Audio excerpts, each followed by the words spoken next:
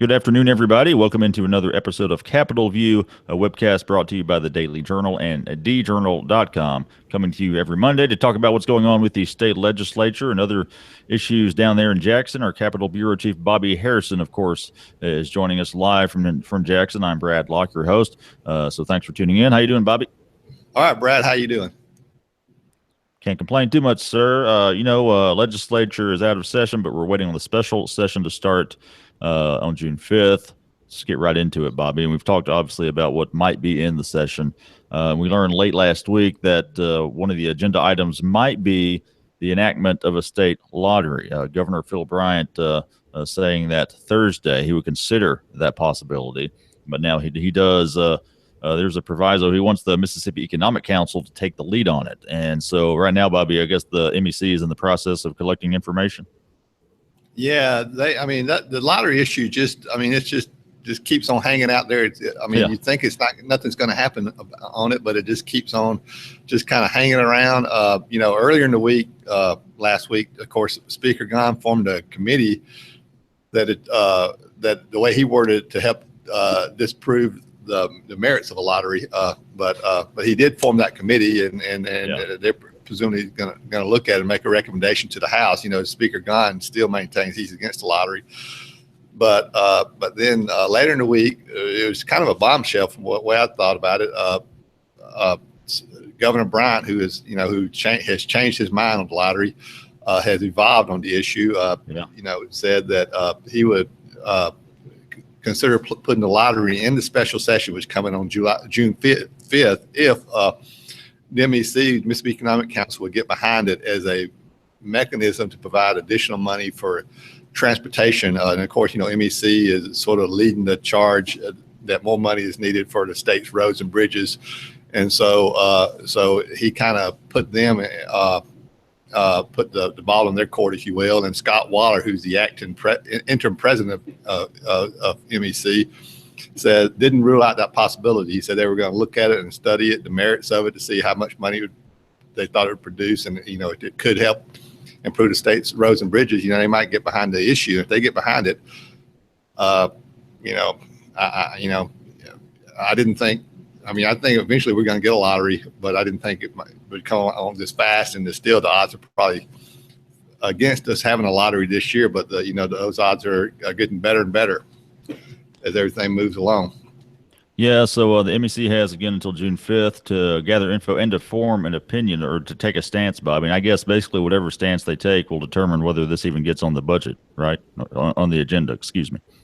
That's right. He said if the MEC is not behind it, he would be inclined not to include the lottery in the special session. And it's important to note how the governor has evolved on this issue, and he doesn't deny that he's evolved on the issue. A little more than a year ago, he's a conservative, social conservative. He said he was opposed to Mississippi enacting a lottery. Later on, late this past year, he started talking about how a lottery might be something we should look at and consider. And he said, but if we consider a lottery, the money should go just into the general fund and not be designated for any particular purpose, such as education or whatnot. But now he's evolved to the point where he is in favor of perhaps. He says he still wants to discuss it, but if you read between the lines and everything he says, now he's saying he's in favor of a lottery with the money being designated for transportation issues. So he's really kind of evolving on this issue, and he's admitted as much, and he doesn't. Yeah. He said that politicians should look at the issues and change their mind as the circumstances change, and that's where he is on the lottery issue. Yeah, is there a little bit of between Governor Bryant and House Speaker Philip Gunn? We've got a little bit of opposition to each other on this issue, because I think Phil Bryant called that committee that Gunn formed the anti-lottery committee. As you said, it seems like, and he's open about it, Philip Gunn is just saying, I'm forming this to disprove that this is a good thing.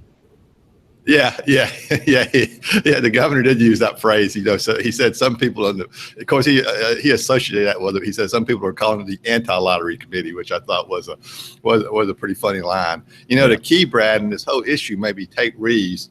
Tate Reeves is the lieutenant governor, who presides over the Senate.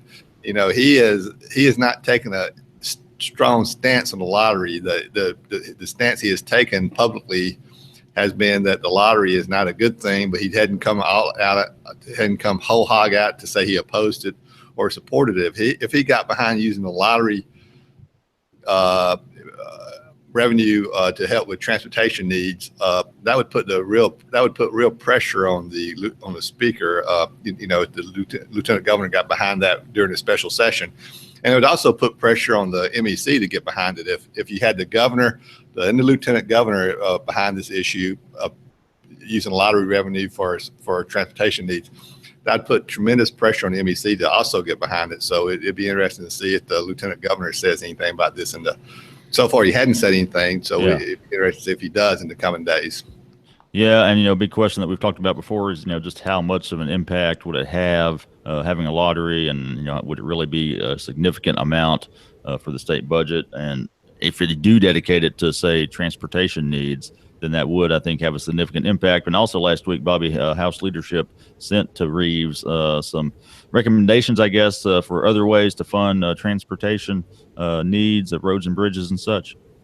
That's right. A lot of their proposals were the same proposals they offered during the regular session, with just a few changes to those recommendations. The big one is still using the internet sales tax collections, directing that money directly to roads and bridges instead of it going into the general fund. And, that was their position during the regular session, and that's still their position. When I say their position, the position of the House and the House leadership. Now, the big new recommendation they made, Brad, was to allow local cities and counties to levy an additional fuel tax in addition to the 18.4% tax that is levied statewide. They could add on to that levy, and say in the city of Tupelo, and use that money for roads and bridge infrastructure repairs. Now, it would have to be approved by the voters, but that would be more money for roads and bridges, just sort of on a piecemeal basis for each city or a county that chose to do that. That was their big new recommendation. And so we see right now Tate Reeves said he's not considering any of those recommendations for the special session. He said the special session should be just to pass the budgets that were not passed during the regular session, and do that in a prompt manner, and do it in a day or no more than 2 days, and end the session. If they do some of the things that the House leadership is talking about, or the lottery that the governor's talking about, it would take, the special session would go on for several more days than just 1 or 2. Well, Tate Reeves needs to develop a better sense of drama, Bobby. Let's get the lottery in there and everything else we can, man. Make it interesting. Let's switch gears a little bit here and talk about this something we haven't heard about in a while. Ronnie Musgrove, the former governor of Mississippi, has recently, a few years ago, actually, I think it was 2014, he filed a lawsuit regarding the underfunding of the Mississippi Adequate Education Program. Of course, it's been underfunded by Bobby, like $2.1 billion since 2008.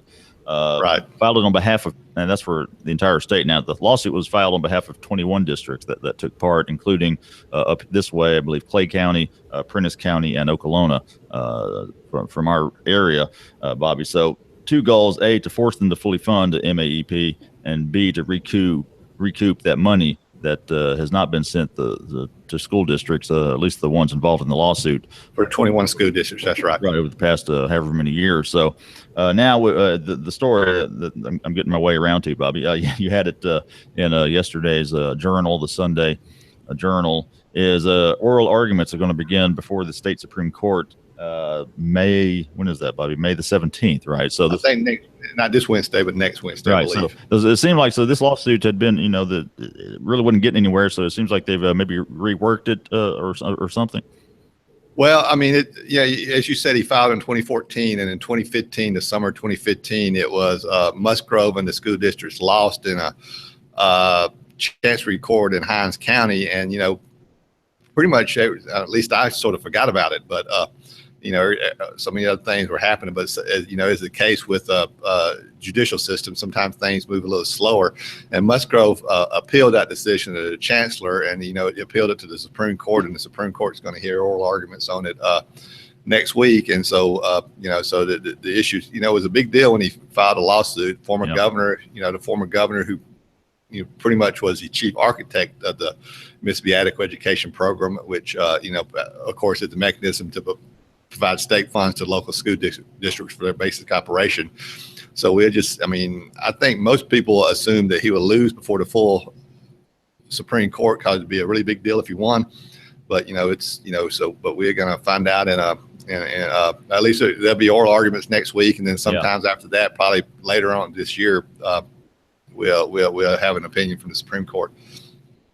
And I guess a lot of this hangs on, in a way, a single word, the word shall. Back in 06, then Governor Haley Barbour signed a bill that said it shall be fully funded. MAEP shall be fully funded. Apparently that word is a little ambiguous, not strong enough, Bobby. It doesn't say. Yeah, I don't know what's stronger than shall, Brad, but I guess maybe must, but it seems like shall to some people is open to interpretation on how strong a word that is.